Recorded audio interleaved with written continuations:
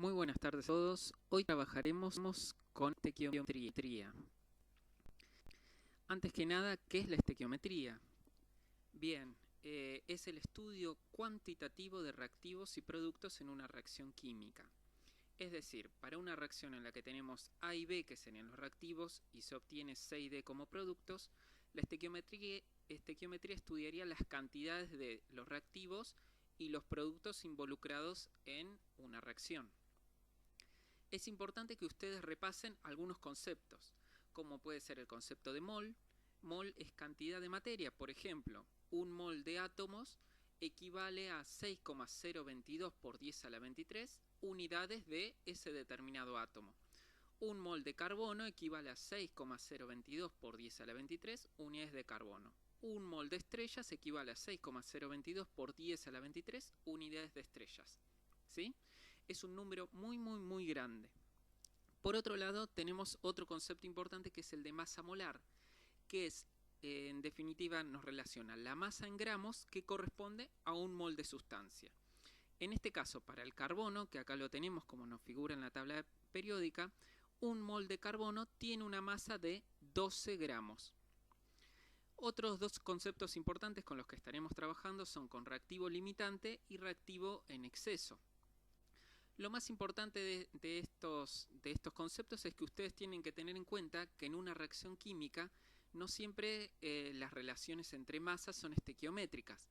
Por lo tanto, es común pensar o suponer que uno de los reactivos se va a consumir primero. Ese es el que denominamos reactivo limitante. Es el que nos limita la reacción química.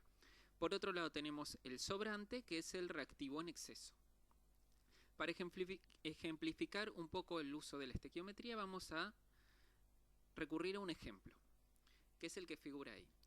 Consideren la siguiente reacción.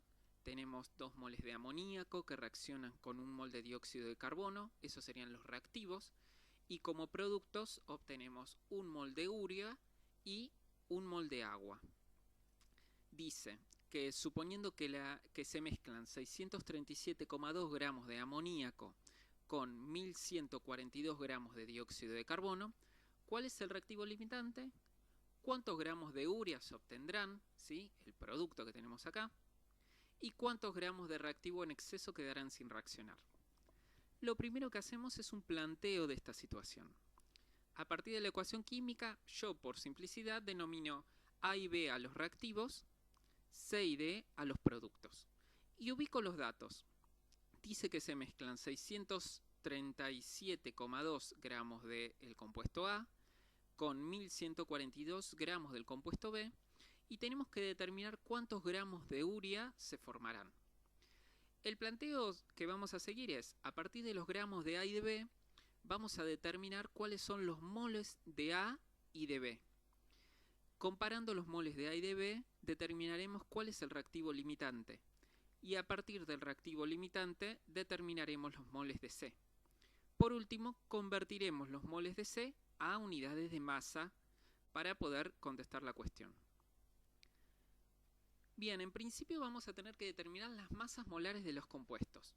Yo acá les ejemplifico para el caso del amoníaco, que es el compuesto que nosotros denominamos A, la masa molar que tiene la determinamos con la tabla periódica, ¿sí? El nitrógeno tiene una masa de 14, más 3 hidrógenos, o sea 3 por 1, 3, 14 más 3, 17 gramos por mol. De la misma manera lo hacen para el compuesto B y para el compuesto C. A partir, con la masa ya obtenida podemos convertir esa masa de A en moles de A. Entonces utilizamos un factor de conversión. Ustedes pueden utilizar también regla de 3 simples. Yo lo utilizo porque es más sencillo para mí. Entonces, a partir de la masa de A, nosotros sabemos que con la masa molar 17 gramos de A equivalen a un mol de A, que es lo que figura acá. 17 gramos de A lo pongo en el denominador para que se me pueda simplificar con el numerador y las unidades que se obtienen son moles de A. De esta manera hacemos el cálculo y obtenemos 37,5 moles de A. Hacemos de manera análoga para el compuesto B, que es lo que figura ahí, a partir de los gramos de B, con la masa molar de B, que es la que habíamos determinado, obtenemos los moles de B. Ahora nos queda determinar cuál de estos dos es el reactivo limitante. Para eso recurrimos de vuelta a la ecuación química.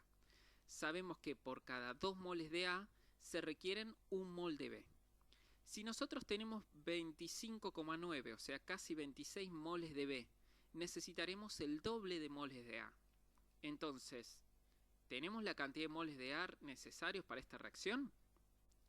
De esta manera nosotros a través de esa pregunta podemos determinar que en realidad los moles de A no nos van a alcanzar para la cantidad de moles de B. Por lo tanto, podemos decir que A es el reactivo limitante y B es el reactivo en exceso. Bueno, con estos datos podemos ir completando nuestro planteo. Hemos determinado los moles de A y los moles de B y además hemos determinado que A es el reactivo limitante, o sea el amoníaco. Lo siguiente que nos queda es a partir de los moles de amoníaco determinar los moles de urea necesaria, o sea los moles de C. Pasamos a la siguiente ventana. Partimos de los moles de A, que sabemos que es el reactivo limitante, y considerando que 2 moles de A producen 1 mol de C, utilizamos el siguiente factor de conversión, ¿sí? Cada 2 moles de A se obtiene 1 mol de C. Ahora ya tenemos los moles de C, pero tenemos que pasarlo a unidades de gramos. Para eso utilizamos como dato la masa molar que habíamos obtenido de la urea, que es de 60 gramos por mol. Eso quiere decir que 1 mol de urea tiene una masa de 60 gramos. Observen que podemos simplificar moles de A con moles de A, moles de C con moles de C, y las unidades que vamos a obtener es gramos de C, o sea los gramos de urea, que nos da 1125 gramos.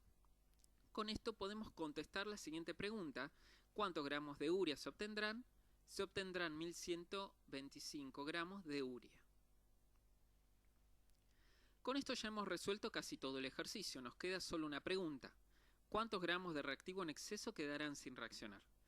Bueno, con lo que hemos trabajado creo que ustedes pueden continuar y pueden resolver esa cuestión. Estaría bueno de que vayan comentando qué resultados obtienen. Bueno, para consultas, dudas u otros aportes, no dejen de escribir. Muchísimas gracias.